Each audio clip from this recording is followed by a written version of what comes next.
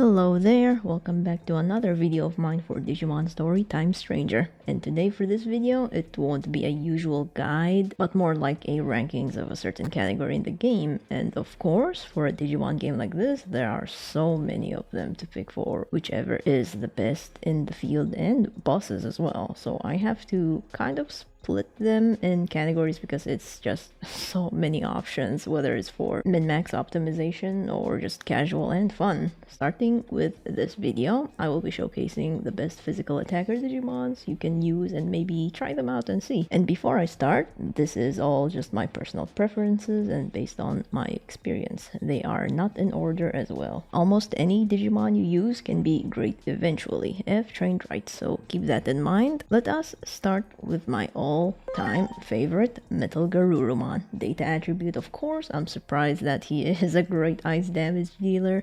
Ice Wolf Claw hits all enemies. His freezing breath here hits really hard. Harder with the ice resistant reduction. With it being a single target move, it could be fantastic for bosses. With how I built him, since he is of course a physical DPS, he gets Brave Personality for the defense piercing passive, and the personality skill can honestly be whatever you want here, especially if you want Garurumon in your team. I have mine on Booing just so the 2 defense reductions here get the extra 2 turns in case I'm fighting a tanky boss. You can have him on Stout Strength if you want him to hit super strong on any rounds, maybe Cheer if you want to blitz the fight, or Slow Starter if you want to use him for boss fights. Next is Agumon, Bond of Bravery. I'm not gonna lie, he is my carry in my very first playthrough. Although Gabu Bond was initially carrying me in the first quarter of the story, but my huge chunk of progression, including the end game, was with this guy. He was just sticking around with me for so long because of how amazingly strong his kit is, and the fact that he is unknown attribute makes him not weak to any other attributes, but weak to a few elements, ice being the double. But I gave him a guard item that should boost the resistance towards those things. Okay, so Red Dreamer right here is that one move that hits like a truck. It also reduces fire resistance, making his next Red Dreamer even stronger. His Gaia Brave is an AoE move, which also has 20% crit rate, making this guy viable for a crit build. I gave him the Crimson Dragon Data Fragment for the 20% crit damage increase, just so that I can have that covered, or maybe if you want to save a space for that, you can have him with Haymaker, in which that personality skill flat out increases crit damage. I just have him on Stout Strength, just so that he has the attack buff for the whole fight. Next Digimon is kind of like Agumon's cousin, Gaiomon, another fire DPS primer, but this time he is a single target user. What makes this guy super good is that not only he applies status effects on a mob, both of these moves deal increased damage against enemies with humanoid trait, making this guy a fantastic pick, because a good chunk of the story have bosses with humanoid traits. If I remember correctly, this guy will have those covered whether he is a virus attribute or not. Well, unless you're fighting someone like Apollomon on Mega Plus, but that can be covered easily with a known bug item or character reversal move that reverses your Digimon's attribute and element. His Will-O-Wisp Slash has a 50% chance to apply injury, a good candidate to synergize with Grace Novamon, and the Phosphorus Fire attack will always land a hit on its target, as well as it reduces fire resistance. I have him with Stout Strength, of course, but maybe he's also great with Booing if you want to give a few debuff skills and make him your semi-debuffer. Fast break for this guy is also good too if you want him to like blitz through a fight, or better yet, slow starter for bosses. This next one is also a primer, but also kind of an overly optimistic pick from me. Like, I'm inhaling a lot of copium thinking that this Digimon is actually good, even though some Reddit people like provided so much that this Digimon is not as great as in like many situations, but I will have to say he probably is based on my experience. Armageddon, the scary looking monster that is unknown attribute, and since he is bound to have elemental weaknesses, it's the elements that is like they're like almost pretty common in my opinion, which is like fire, steel, and null. You can literally find any wild Digimon out there and they'll easily have a null move out of nowhere. It's funny to say. So yeah, his kit, Ultimate Flare right here, can deal its damage when you're at full health, so you'll have to be careful with him. Perhaps he'll be safer with a support that has great embrace, and it'll make his ultimate flare quite good. His black rain is actually great, by the way. It hits all targets and reduces dark resistance, hence the booing personality skill.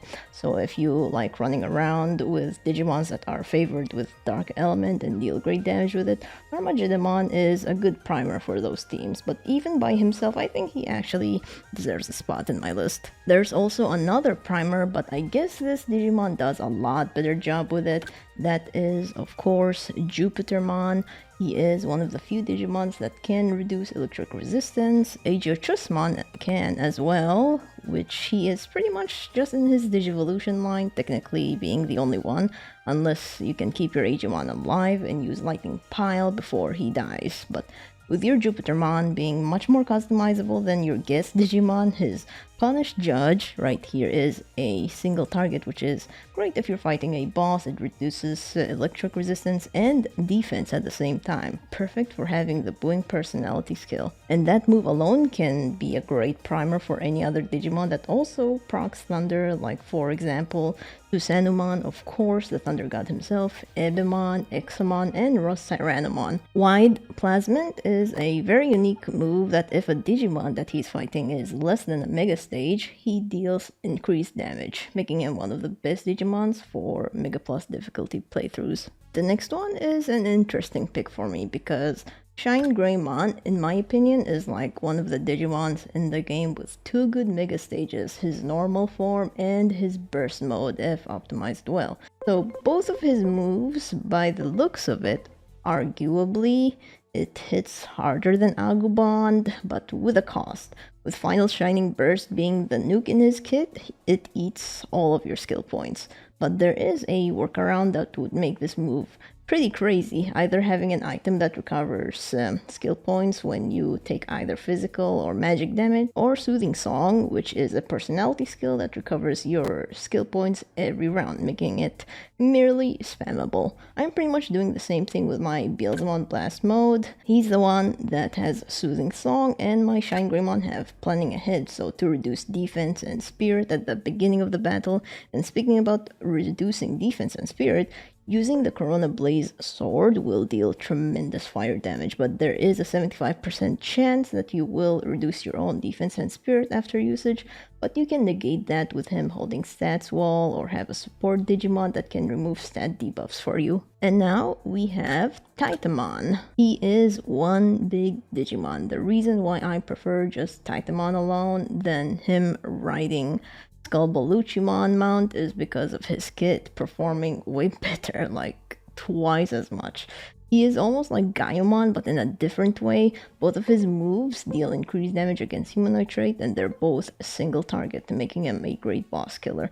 His Soul Core attack ignores attribute resistances, and his Phantom Blade here has a 50% chance to apply injury status effect.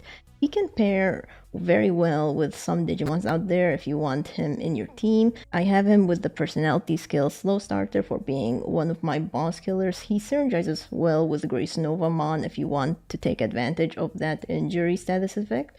Or if you want Titamon to do the heavy lifting, you can have a Digimon like Emperor Greymon to be his primer for reducing earth resistance with his move Pyro Dragons, or perhaps his own Mount Skullbaluchimon with Gravebone. Both of them are single target moves, which makes it perfect for a boss fight. Next Digimon is another Savers Digimon, Mirage Gyogamon Burst Mode, and this time I prefer the burst mode over the normal one. The final Mirage Burst does insane damage on all mobs and eventually eats the reduction of all stats, in which can easily be negated with Stats Wall or perhaps a Digimon that can help you remove it. In my opinion, he is considerably one of the heavy-hitting data attribute Digimons out there. Even if he is by himself, you can also make him even stronger with the personality skill Stout Strength, in which I already have on mine. Maybe Fast Break to start off strong, Cheer, but that's kind of similar to Fast Break. I did also give him the Smithing God's Hammer, in which boosts steel resistance and increases crit rate. I could somewhat have Haymaker on him, just so he can deal some crit damage. Next one is Plutomon, the leader of the Titans himself. I actually find him really cool to use. He is a semi-debuffer with his kit. His Health Gate deals a good amount of dark damage and applies defense reduction. Pretty good against certain bosses, especially since it deals even more against the Digimons with Holy Trait. Haggard Cluster is an AoE with 20% chance for crystal status effect. You could increase that chance with a prankster personality skill if you do a lot of field battles, but I have him on South Strength as usual because his health gate is really viable. He does have another mode that is pretty much similar, that is his zombie form. His AoE Health Slicer ignores attribute resistance and has a 50% chance to apply Chaos status effect, and Marionette Abomination is a single target dark move that actually hits decently hard. Both deal increased damage against Holy Trait Digimons, so if you prefer that over normal Plutomon, that is also okay. I just find that Plutomon's Health Gate does very well with the defense reduction. And then we have Junomon, honestly one of my favorite Digimons in this game, and I did explain my build for her in my previous personality post-patch video that I uploaded not too long ago. You can watch that if you're interested, but I don't mind explaining it here again. Junomon's kit is fantastic. She is a semi-tank with a counter move Graceful Lance, and she is also able to apply poison and deal crazy damage at the same time with Needle Hive. I did give her known bug so she can be data attribute and deal insane damage against many Digimons with her counter move.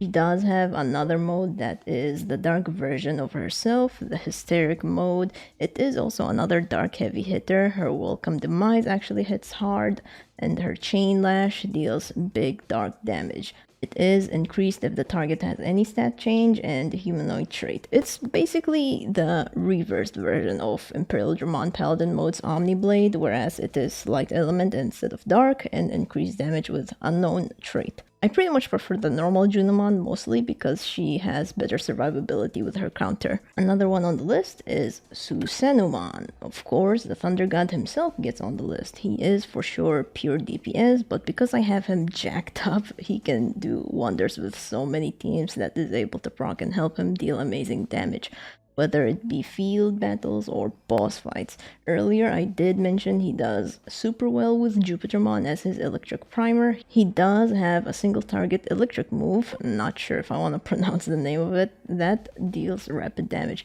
His light AoE move is also fantastic, it ignores attribute resistance, just simply a strong physical attacker with a cool kit. I would have had him with Haymaker just so that I could make a crit build for him while having an electric primer in the team and deal insane crit damage. But in all honesty, South Strength can go a long way because crit build could somewhat work if some of the moves have a crit rate on it, so that dealing crit damage can be pretty consistent. Speaking about crit builds, last one on the list is Jesmon, another counter Digimon, a perfect individual to make a crit build around. He is also one of my favorite Digimons in this game. Thanks to his Judgment of the Blade move, it is a single target that deals null damage with a 20% crit rate. I gave my Jesmon Haymaker for the flat 20% crit damage, and if you have someone like Lucemon Chaos mode in your team, he will definitely be a great primer for Jesmon. He is the only Digimon I know in the game that can reduce null resistance with his move, Paradise Lost. And as for Jesmon's counter move, well, Geist, it deals great fire damage and even more against humanoid target enemies. If you don't want to rely much on null damage, I have already mentioned a couple fire primer Digimons earlier that can do really well with Jesmon. Gaiamon, Agumon, and someone outside of physical attackers. Therismon with her Burning Bloodshell move that reduces fire resistance on all enemies instead of single target. And that is all for the best physical attack Digimons for Digimon Storytime Stranger. I know there are some other Digimons out there that also apply into this category and didn't make it into the list. Either I haven't tested them out yet, or I find them to be underperforming when some of these actually do the job quite better. It's more of a personal playstyle, really, or it could just be me being a lazy person that I haven't tried every other Digimons that should have been in here. So yeah, with that being said, thank you so much for watching. I hope you enjoyed this Japanese session. Take it easy, take care of yourself, and love yourself.